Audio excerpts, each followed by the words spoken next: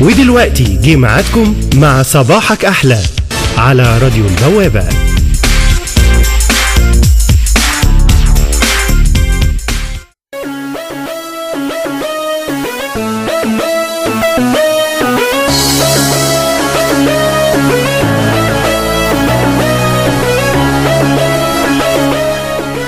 صباح الفل والورد والياسمين على كل مستمعي راديو البوابة، راديو يسمعك قبل ما تسمعه. حلقة جديدة من صباحك أحلى، معاكم أروى عصام وهاجر هشام. وصباح الفل على محمد الكاشف من الكنترول روم.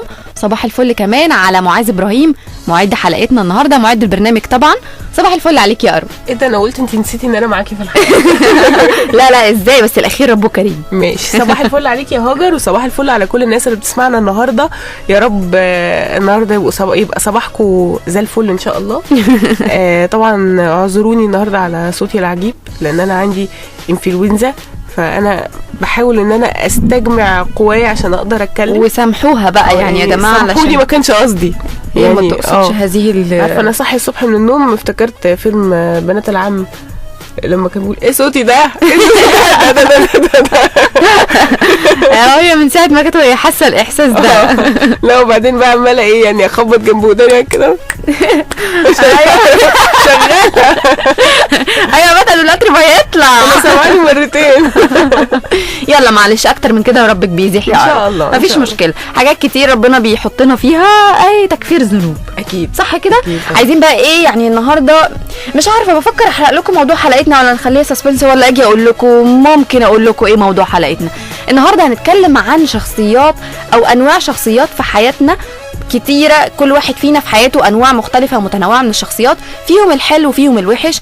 ده اللي بنعرفه طبعا مع الوقت والمواقف والمعاملة، أو زي ما بنقول بالبلدي بالعشرة.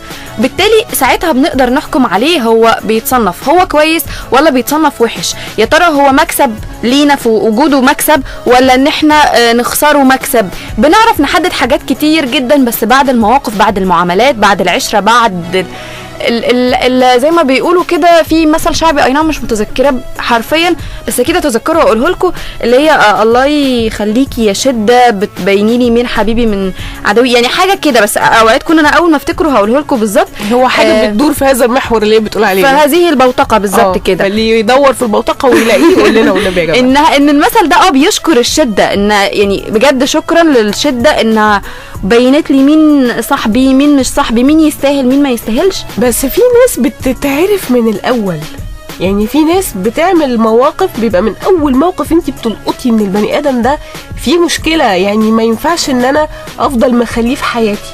واوقات احنا اللي بنخلي الناس دي في حياتنا غصب عننا، او بمعنى اصح انت بتبقي مجبره ان انت تتعاملي مع الناس دي غصب عنك، لان انت ما ينفعش ان انت تخرجيهم من حياتك.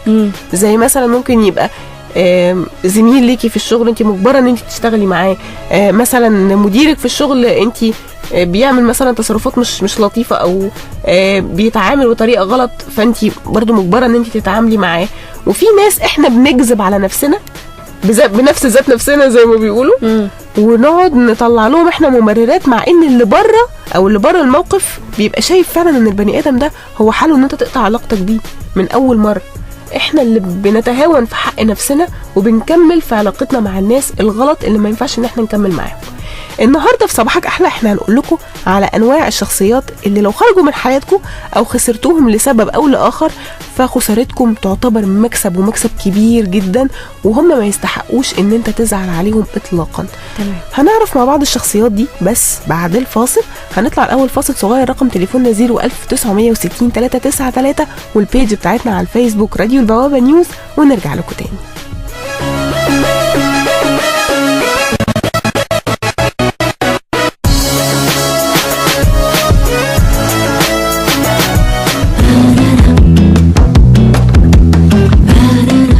بحبك اكتر، بحبك بس بحبكم كلكم. بجد ما حسيتش بالوقت معاكم. اكرم ميرسي قوي، بس انت ثانك يو ميرسي. وانا بشكركم وبشكر طبعا اسره البرنامج كلهم، بصراحه يعني اسره مشرفه جدا يعني. كائن فضائي نزل الارض عشان هم عندهم فوق في كوكب وكوكب ناشرين غسيل بين البتاع، فالغسيل ده بيتوسخ كل شويه.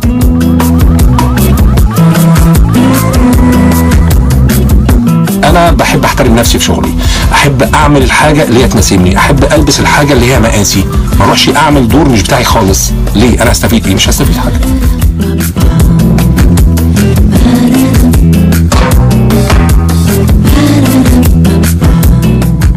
انت خلاص اصلك في الدراسة بتتعلم التكنيك والحاجات الادوات بتاعة المخرج ايه بالظبط، بس انت بقى هتستغلها ازاي؟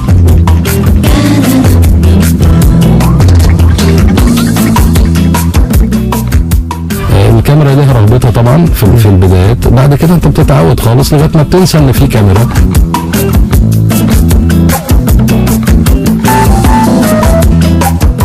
بكرس الوقت ده لشغلي، بكتب مقالات، بعمل كتب، بعمل حفلات. وفاء سالم، الفنان ماجد المصري، منى جلال، جواهر، الفنان محمد سعداوي، وفاء حسين، إيمان أيوب، الدكتورة أحلام يونس، أحمد منير. كل الفنانين والنجوم اللي بتحبوهم هيكونوا معانا، وكمان هتعرفوا كل أخبارهم وأسرارهم في برنامج بوابة النجوم مع أكرم المصري وبسنت خالد كل يوم 3 الساعة 8 مساء على راديو البوابة.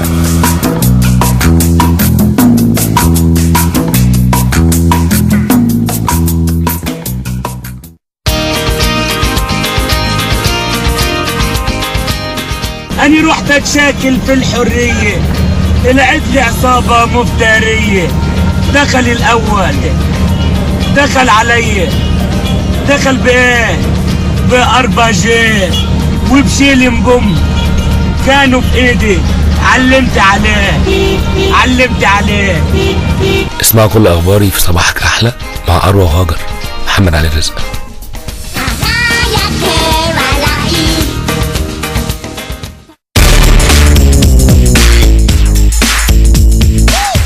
ولسه مكملين صباحك أحلى على راديو البوابة.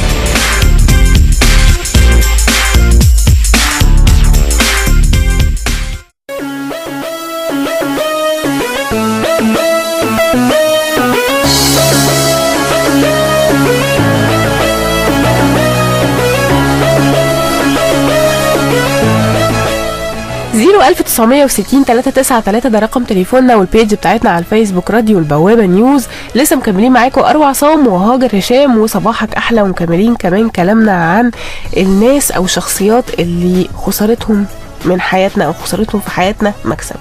اتكلمنا في اللينك اللي فات عن بعض الشخصيات اللي المفروض ان احنا نخسرها بصدر رحب، زي الشخص اللي بيقلب من اول مشكلة، والشخص اللي بيشوف دايما نفسه عليك وبيتعامل على انه هو مفيش منه اتنين. يعني في بقى شخصية تانية او شخصية تالتة أيوة. احنا لازم نخسرها في حياتنا، او لو خسرناها المفروض ان احنا ما نزعلش، اللي هو مش بيفتكر لك غير الحاجة الوحشة.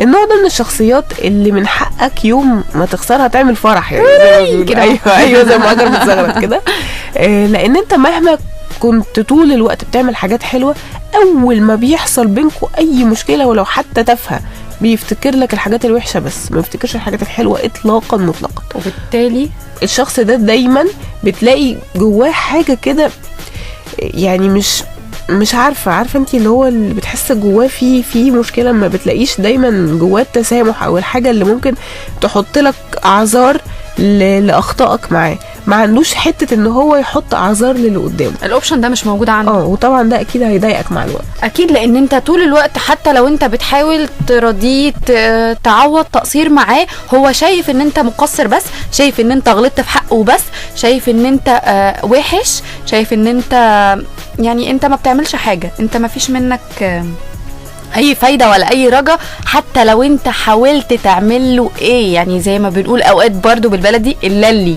لو قلت له صوابعك ال10 شمع، هو شايف ان انت حد وحش forever. ودي بتبقى شخصيات بجد بتبقى متعبه، بتاخد طاقه زياده عن اللزوم. يعني بنبقى محتاجين اوقات في حياتنا علاقات ما تسحبش مننا طاقه كتير علشان احنا خلصانين. بس الشخصيات دي بتسحب طاقه فوق الطبيعي. فارجوك هي الشخصيات دي لو عرفت تخرجها من حياتك انت لازم فعلا تعمل فرح وهنيالك يا فعل الخير والثواب. اكيد. الشخصيه الرابعه اللي بعد كده اللي ما بيعرفش يعتذر. الفكره هنا مش فكره كبرياء والكرامه على قد ما هي حب نفس وغطرسه. ليه بقى؟ لان النوع ده من الشخصيات مش بيعترف اصلا بغلطه. يعني فكره اوبشن ان هو يقول انا غلطت دي مش موجوده. يعني احنا لسه بس في مرحله البدايه. مش هقول لك انه ما بيعرفش يعتذر، لا هو ما بيقولش انا غلطت، وبالتالي مش بيكون قادر يراجع نفسه لانه هو شايف انا صح على طول، وما بيعترفش طبعا بغلطته لانه هو بما انه مش هيراجع نفسه، بما انه صح، بما انه هو برنس، يعني هو اتصرف صح، هو فكر صح، هو دايما صح، هو ماشي على اللاين الصح، بالتالي مش هيقدرك، بالتالي مش هيعتذر لك حتى لو غلط في حقك، لانه هو زي ما بقول لك شوف بعينه هو ما غلطش. على فكرة في كمان شخصيات او من نوعية الشخص اللي مش بيعتذر، هو بيبقى عارف كويس قوي ان هو غلطان. يعني في بعض منهم بيبقى عارف ان انا غلطت في حق فلان، غلطت في حق صاحبي او غلطت في حق مراتي او ايا كان، بس ما اقولش انا اسف. فكرة ان انا هاخده على ان انا بغلط او ان انا عملت حاجة غلط، او هديله مساحة ان هو يقعد بقى يقطم فيا ويقول لي انت عملت كذا وانت سويت. لا انا ما بغلطش، حتى لو انا عارف في قرارة نفسي ان انا مخطئ، فانا برضو مش هقول ان انا مخطئ، انا برضو هطلع اللي قدامي غلطان. في نوعيات على فكرة من البشر انت تبقى رايح علشان تقول له انت عملت كذا فيا، فيطلعك انت اللي معتذر له، يطلعك انت من المشكلة انت اللي غلطان في حقه، مع ان هو في قرارة نفسه عارف ان هو الغلطان، وانت رايح عارف ان هو غلطان في حقك جامد. فممكن يوصلك في الاخر اللي هو خلاص يا سيدي انا اسف، خلاص يا سيدي انا غلطان ان انا جيت اتكلمت معاك، انا اللي غلطان لك يا سيدي، انا اللي غلطان. فهي بصي الشخصيات دي بجد يا جماعه انا شايفاها شخصيات غير سويه، لان انا شايفه ان انا لما اربي ابني على انه يغلط يقول انا اسف، او اربي بنتي ان لما تغلط تقول انا اسفه، بتطلع لنا شخصيات سويه. بعد كده بيعرفوا ان هم اللي قدامهم ليه حقوق عليهم وليهم واجبات. الحاجات دي بتبقى حلوه قوي لما الشخصيات دي بتكبر للاسف يا اروى. فالشخصيات دي فعلا خروجهم من حياتنا مكسب. اكيد. الشخصيه بقى اللي بعد كده اللي هو بقى عايزك تبقى مثالي. بقى ده بقى النوع ده من الشخصيات هو اللي شاف فيك عيب واحد وبيركز عليه، بيعمل دايما سبوت على العيوب اللي موجودة فيك مش اكتر، مش بيشوف غير العيوب بس، حتى لو كان عندك مميزات كتير جدا، على الرغم من انه هو شخصيا اكيد عنده عيوب، لان ببساطة مفيش حد مثالي. لكن في شخصيات بتبقى عايزة اللي قدامها ده مثالي، عايزة اللي قدامها ده ما عندوش عيوب، بتدور دايما على العيوب وتتصيد دايما الأخطاء علشان تثبت له انه انت في عندك مشكلة، مع ان هو نفسه اصلا فكرة ان انت بتدور على تسعى للمثالية في الشخص اللي قدامك ده في حد ذاته عدم مثالية. يعني ان انت اصلا تقعد تقول انا عايز اللي قدامي ده يبقى بيرفكت في كل حاجة، فكرة ان انا عايز ده ما هو مش موجود، فانت ان انت بتدور على حاجة مش موجودة ده في حد ذاته مشكلة وديفو موجود فيك انت. فالمفروض انه اي بني ادم في الدنيا فيه حلو وفيه وحش، يا تاخد صاحبك على عيبه زي ما بيقولوا يا تسيبه. كل واحد عارف عيوب صاحبه 1 2 3، يا اما تاخد الباكج كلها على بعضها يا اما تسيب الباكج كلها على بعضها. حلوة تسيب الباكج ماشي، يا اما ماشي يا اما تسيب الباكج كلها على بعضها، لكن تقوم حاطط عايز بس تاخد المميزات وعايز تدمر العيوب دي تشيلها. ما هو الشخصية كلها على بعضها كده، هي يوم ما اتقلوظت هذه الشخصية اتقلوظت بهذه هو خلقته بهذا الشكل، وما ينفعش ان احنا نغير هذه الالواظ. تكيف مع عيوبه، ما تحاولش تسعى ان انت تخليه دايما مثالي، لان هو بني ادم مش ملاك بجناحين، وانت كمان برضو مش مثالي اصلا. تكيفوا مع بعض. ممكن نقول ان مثلا اروى شافت في هاجر عيب معين بشع قوي، هي مش عايزه تخسر هاجر. انا عارفه انا العيب البشع مثلا مش هقول لكم عليه فهي بتحاول تخفف من وطأة هذا العيب بانها تحاول توجهها بالراحه، علشان بس ايه ما تخليش حد غيرها، ما تخليش اللي حواليها ينفروا مثلا منها، وانها اروى عايزه تكمل من غير ما هاجر تستهلك من اروى طاقه كبيره فتخليها تزهق وتسيبها، فهي عايزه تكمل معاها. فانا بحاول الطف من الموضوع، انما ما فيش حد عيوبه بتتغير او بتتمحي في، بس مع التدريب. لو انا عايز ان انا ابطل اعمل ده مع الوقت، لو دربت نفسي اصل اغلب سلوكياتنا بتبقى سلوكيات مكتسبه، كلنا بنتولد على الفطره. حلو. انت بعد كده مع الوقت بتبتدي ان انت تكتسب بعض السلوكيات، والسلوكيات دي انت بتكتسبها بسبب شكل التربيه المعين اللي انت تربيته. فالطبيعي انه انا لو عايز اغير من سلوكياتي فانا لازم ابتدي اغير من افعالي، وابتدي اغير من الميديم اللي انا عايش فيه، الناس اللي انا عايش في وسطيهم. لو انا عملت ده او انا غيرت الستايل بتاع حياتي وانا عندي الدافع ان انا اغير المشكله اللي عندي وانا عارف انها مشكله، ما المشكله ان احنا اغلبنا بيبقى عنده مشاكل ومش حاسس ان هو عنده المشكله دي، هو شايف ان هو طبيعي. تمام. اللي بيحس بالمشكله الناس اللي بتتعامل معاه. فكره ان انا اقتنع ان انا عندي مشكله وابتدي ان انا احاول ان انا احلها، فده في حد ذاته صح. زي ما بني ادم مثلا ممكن يبقى بخيل، هو مش حاسس ان هو بخيل، هو حاسس ان هو بني ادم طبيعي واللي حواليه هم اللي مسرفين. تمام. انا مجرد ان انا خلاص انا اتاكدت ان انا بخيل، انا عارف خلاص ان انا بخيل، فانا عايز اصلح المشكله اللي عندي، فابتدي ان انا ادرب نفسي مع الوقت ان انا ما بقيش بخيل. تمام. قيسي على كده حاجات كتير قوي. فالبني ادم اللي ما بيتغيرش ده هو اللي ما عندوش احساس بالمشكله اللي عنده، وفي نفس الوقت هو ما عندوش استعداد ان هو يغير المشكله اللي عنده، هو شايف ان هو طبيعي جدا. بس فالشخص اللي شايف نفسه ان هو مثلا مثالي زي ما كنا بنقول في الفصل اللي فات، هو مش شايف ان هو عنده عيوب. نفس الفكره برضو الشخص اللي عايز الناس اللي حواليه تبقى مثاليه بشكل زياده او ما تبقاش عندها عيوب، ده برضو عنده عيب، هو مش شايف برضو ان ده عيب. ده عيب في حد ذاته. بس الشخصيتين اللي احنا بنتكلم عليهم دول الاحسن ان احنا نبعد عنهم، لان هم فعلا هيستنزفوا من طاقتنا كتير جدا جدا. انت هتحاول على قد ما تقدر انه انا مش عايز اغلط، لان انا لو غلطت هو هيتصيد الخطأ ده ويتصيد المشكله اللي انا عملتها وهيستلمني ويمسكها لي. لا، الاحسن ان انا ما اغلطش، فهتلاقي دايما ماشي انت بتحاول ان انت تمشي على اللاين بتاعه هو علشان ما تغلطش وتزعله. وده طبعا هيستنزف من طاقتك كتير جدا جدا. هنكمل كلامنا، نطلع فاصل وهنكمل كلامنا تاني بعد الفاصل. نفكركم الاول برقم تليفوننا 01960 393 وصفحتنا على فيسبوك راديو البابا نيوز. هنطلع فاصل ونرجع لكم تاني، استنونا.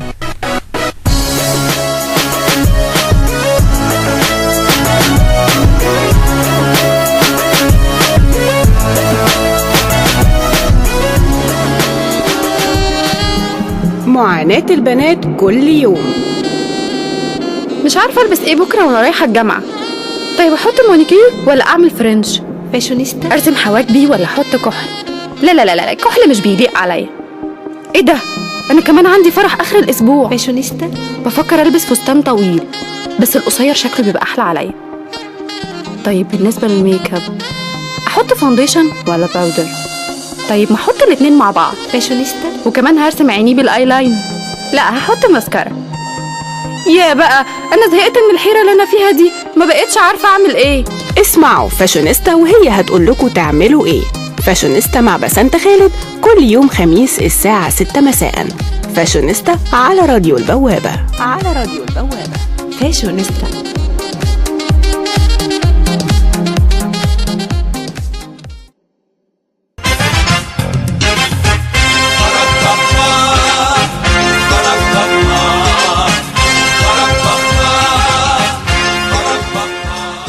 لما امتلكت الأرض وفتحت صدر الفضاء، وقعت نجوم السما، لملمتها لك عقد، تاه الظلام في ضياء. يا يا يا يا يا يا يا. استنوا كل أخباري في برنامج صباحك أحلى في البوابة نيوز. محمود جمعة.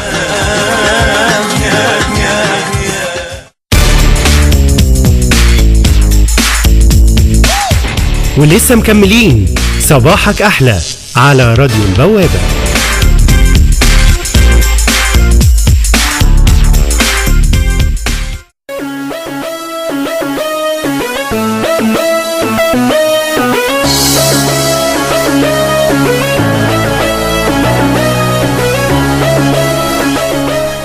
زيرو 1960 393 ده رقم تليفوننا وصفحتنا على الفيسبوك راديو البوابة نيوز. لسه مكملين معاكم صباحك أحلى، وحلقتنا النهاردة بتتكلم عن الشخصيات اللي خسارتهم مكسب لينا لو خرجوا من حياتنا. اتكلمنا عن 5 شخصيات. الشخصية السادسة معانا شخصية اللي ما بيعرفش يسامح. أيوة، أجل يا سيد.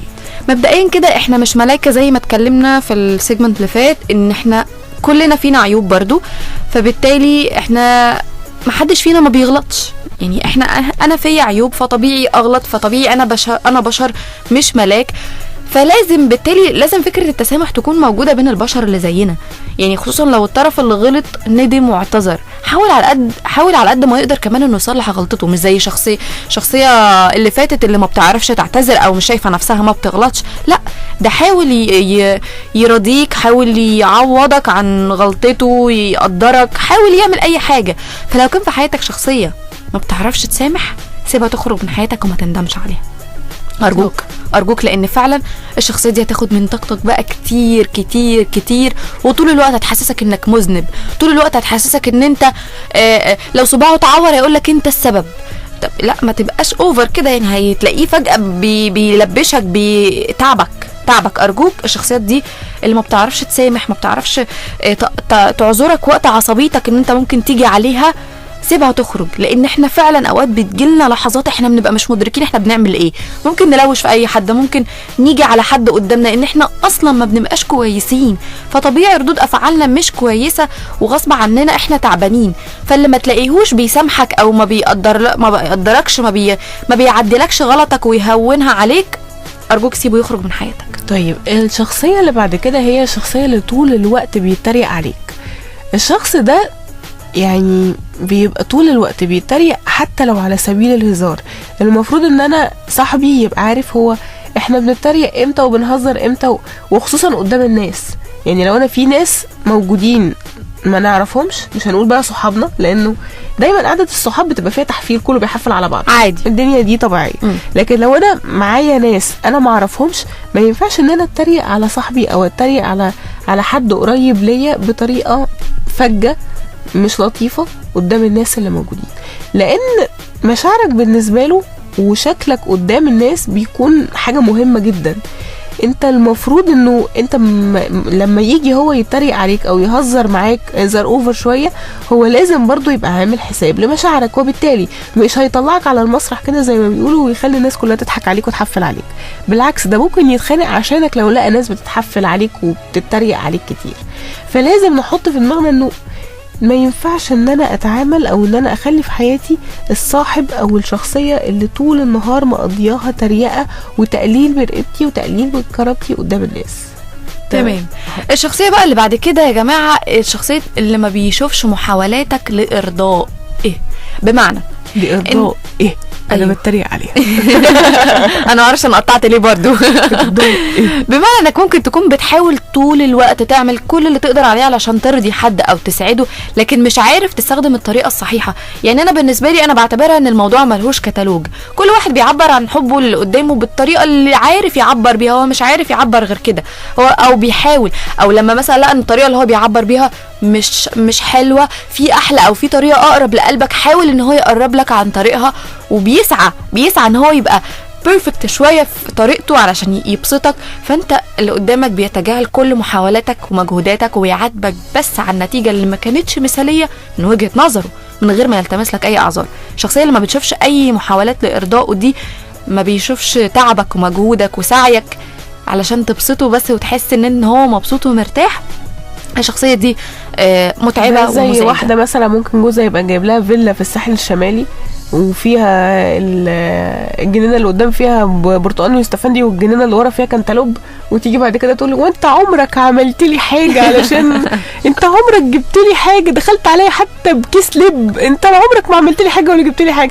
جايب لها مثلا كوليه الماظ وتقول له انت طول عمرك كده بخيل، ما جبتليش ليه مثلا الانسيال بتاع الكوليه، ما جبتليش ليه الغويشه بتاعت الكوليه. يا ستي في ايه؟ حرام بجد، حرام جمله زي دي لما تتقال عمرك ما عملت لي، وعمرك ما فيش حد في حياتنا عمره ما عمل حاجه معينه. لا على فكره هو ممكن يكون الناس اوقات في شخصيات بتاثر، اوقات بيبقى كل فين وفين، بس مفيش حد في حياتنا عمره ما عمل لنا حاجه حلوه. دي بصراحه الجمله دي عمره مثلا ما عمل لك شفشق ليموناده، يعني اكيد هتلاقيه عمل اي حاجه في الحياه، كسر لك الشفشق قبل كده مثلا حتى دي في حد ذاتها كويسه علشان تبطلي تحطي حاجات في النيش.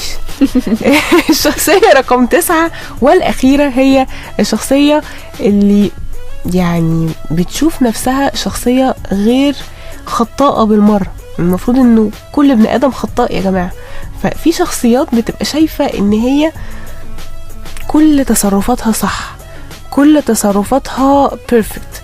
النوع ده من الشخصيات، او خدتوا بالكم من النوع ده من الشخصيات عشان الانفلونزا، ايوه، النوع ده من الشخصيات بيبقى دايما شايف نفسه ما بيغلطش، على طول بيرمي اللوم والاخطاء على الحاجات اللي حواليه والناس اللي حواليه والظروف اللي حواليه، لكن هو نفسه صح، وبيحاول باستماتة انه هو يقول للناس انه انا صح. انا صح، ايوه، انا جبت عمرو زكي من انبي، انا صح.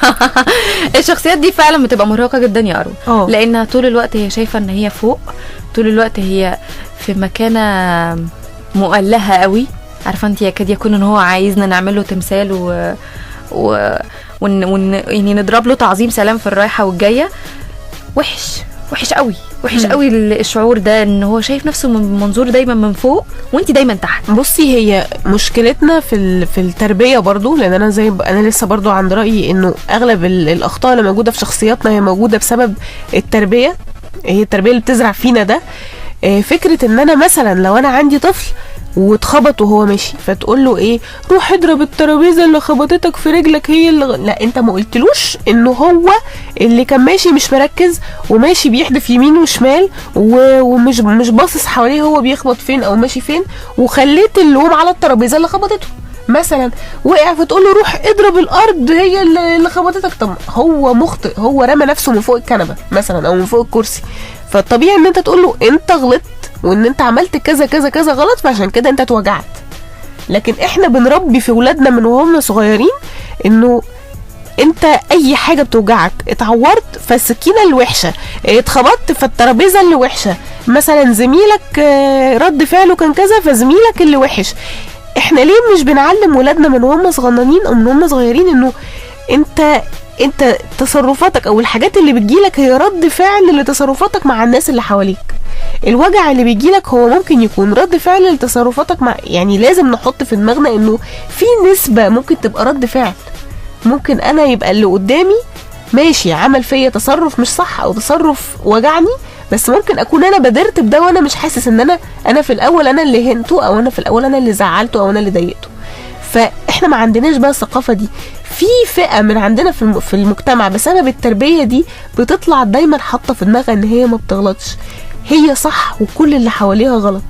وبرده فكره انه احنا عندنا برده في مجتمعنا انه يقولك الراجل ما بيعيبوش حاجه، فاحنا عندنا في برضو فئة من الرجال في مجتمعنا شايفين دايما ان هم لا يخطئوا، وانه الست هي سبب كل المشاكل اللي موجودة في الأسرة، وكل الأخطاء الرجل سببها الست.